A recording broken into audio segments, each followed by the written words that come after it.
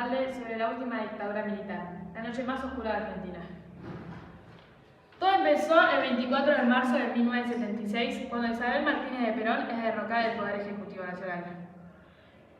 Esta dictadura es denominada como la sexta dictadura militar, que tenía en especial que los sectores civiles, la sociedad rural argentina, los grupos financieros y la iglesia se involucraban en la dictadura, tanto también como las tres fuerzas armadas.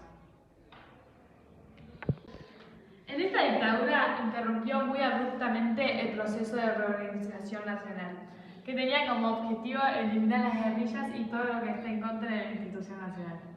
Gracias a este proceso hubieron más de 1000 desaparecidos y secuestrados.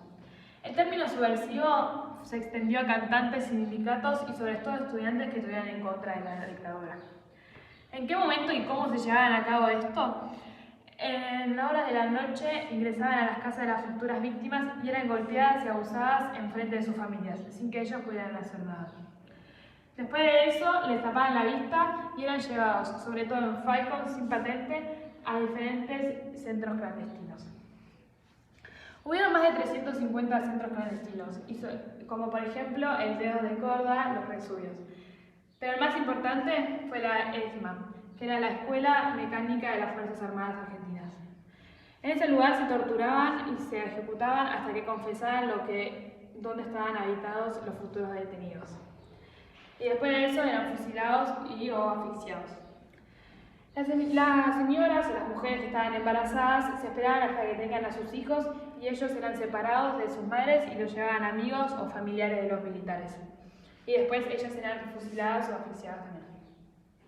Llegó un momento en el que ya no tenían dónde guardar los cuerpos y se empezó a utilizar los métodos de traslado. Los métodos de traslado se ingresaban las víctimas en los aviones sedados y se los tiraban en el Río de la Plata.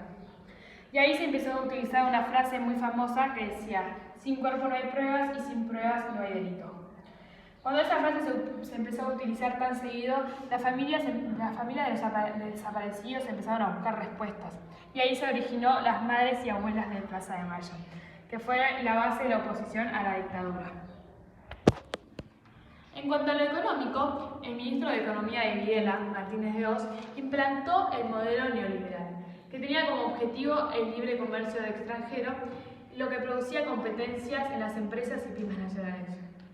También tenía como objetivo eliminar la política proteccionista que no la había tratado Perón, que era intratada por Perón, lo que causó que la inflación aumentara un 400%, provocando cierre de fábricas, desempleo y hambre.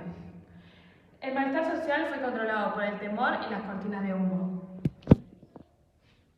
Durante la dictadura hubieron diferentes presidentes. Primero de todo estuvo Jorge Rafael Videla, que estuvo desde 1976 a 1981.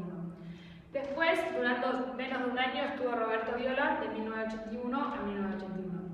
Seguido por Leopoldo Fortunato Galtieri, que estuvo de 1981 a 1982, pero provocando con un desacuerdo con Gran Bretaña la guerra por las Islas Malvinas.